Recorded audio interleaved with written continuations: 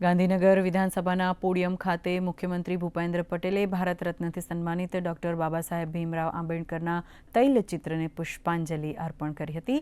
ઉપરાંત વિધાનસભાની સામે આવેલી બાબા સાહેબની પ્રતિમાને પણ પુષ્પાંજલિ અર્પણ કરી હતી।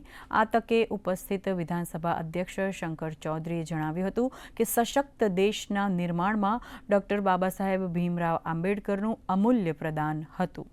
દરેક નાગરિક સંવિધાને જે પ્રમાણે કહ્યું છે તે પ્રમાણે હક અને ફરજ બંનેનું પાલન કરીને તમામ નિયમોને પોતાનું કર્તવ્ય સમજીને દેશ માટે જીવવાનો સંકલ્પ કરે।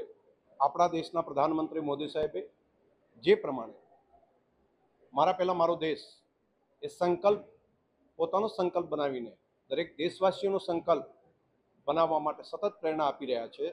સાચી શ્રદ્ધાંજલિ એ જ પ્રમાણે દરેક નાગરિક પણ કર્તવ્યનું પાલન એ પોતાની જવાબદારી છે, બંધારણીય અધિકારની સાથે સાથે ફરજ છે।